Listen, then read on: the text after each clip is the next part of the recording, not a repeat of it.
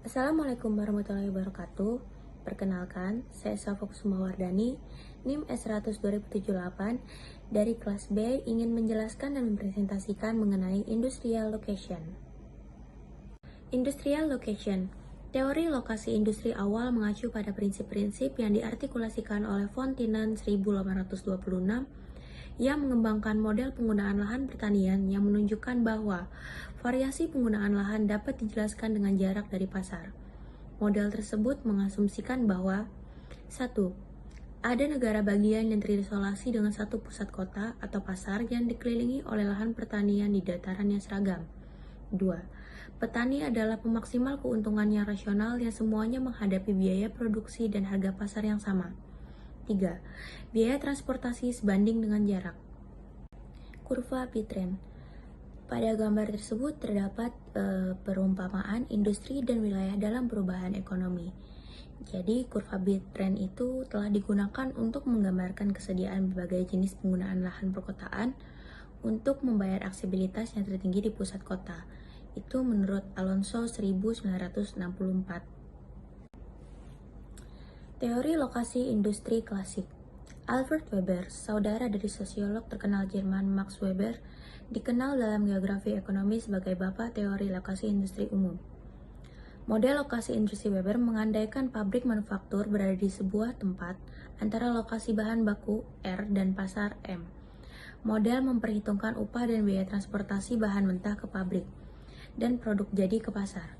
Model tersebut mengasumsikan bahwa bahan baku R yang dibutuhkan untuk produksi industri hanya tersedia di lokasi tertentu, dan pusat konsumsi juga diberikan. Tenaga kerja juga hanya tersedia di lokasi tertentu. Upah diberikan, tenaga kerja dianggap tidak bergerak dan tidak terbatas di lokasi tersebut.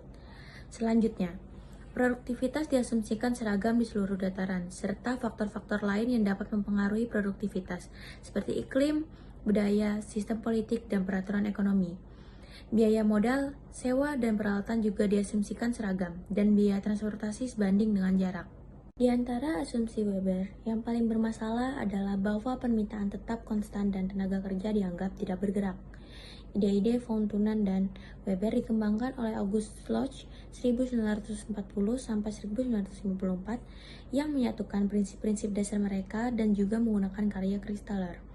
Dengan menggunakan asumsi ceteris paribus, yaitu semua hal yang dianggap sama, Lodge mendefinisikan lokasi optimal sebagai titik di mana perbedaan antara pendapatan total dan biaya total adalah yang terbesar. Sementara, pada saat yang sama, setiap produsen memaksimalkan area pasarnya, yaitu ditata dalam serangkaian segi 6. Ilmu regional dan revolusi kuantitatif. Walter Isard, yang dikenal sebagai Bapak Ilmu Regional, adalah pendiri dan sumber inspirasi utama bagi Regional Science Association. Isard 1956 berusaha memperluas teori ekonomi ruang dengan memasukkan proses dinamis peringkat dan dengan mempertimbangkan elastisitas spasial. Sementara, Lodge mengakui adanya berbagai faktor penting yang membentuk pertumbuhan regional, seperti peraturan, migrasi, dan kewirausahaan. Elemen-elemen ini sebagian besar berada di luar modelnya. Lodge menghilangkan lokasi bahan mentah dan pasar, yang merupakan pusat model Weber, dan mengasumsikan bahwa keduanya didistribusikan secara seragam di seluruh medan. Hasilnya adalah model yang banyak dipuji sebagai yang pertama dalam menyajikan solusi equilibrium umum penuh, tetapi pada saat yang sama sangat dikritik karena dipisahkan dari kenyataan. Lodge sangat edukatif dalam metodologinya saat ia berusaha untuk memasukkan kerangka keseimbangan umum dan menggunakan serangkaian asumsi yang jauh lebih membatasi daripada yang digunakan oleh Weber.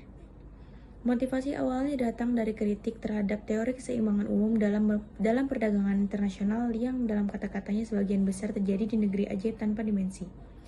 Isard berusaha mengangkat analisis deskriptif tentang evolusi suatu wilayah menjadi analisis teoritis yang dapat digeneralisasikan untuk membawa teori-teori lokasi yang terpisah ke dalam suatu doktrin umum. Di luar teori lokasi.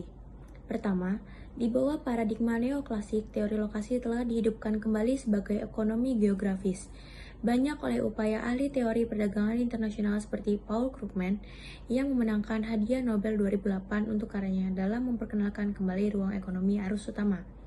Kedua, restrukturisasi ekonomi besar-besaran di tahun 1970-an yang paling banyak dialami di Amerika Serikat dan Inggris mendorong minat pada pendekatan struktural untuk studi lokasi.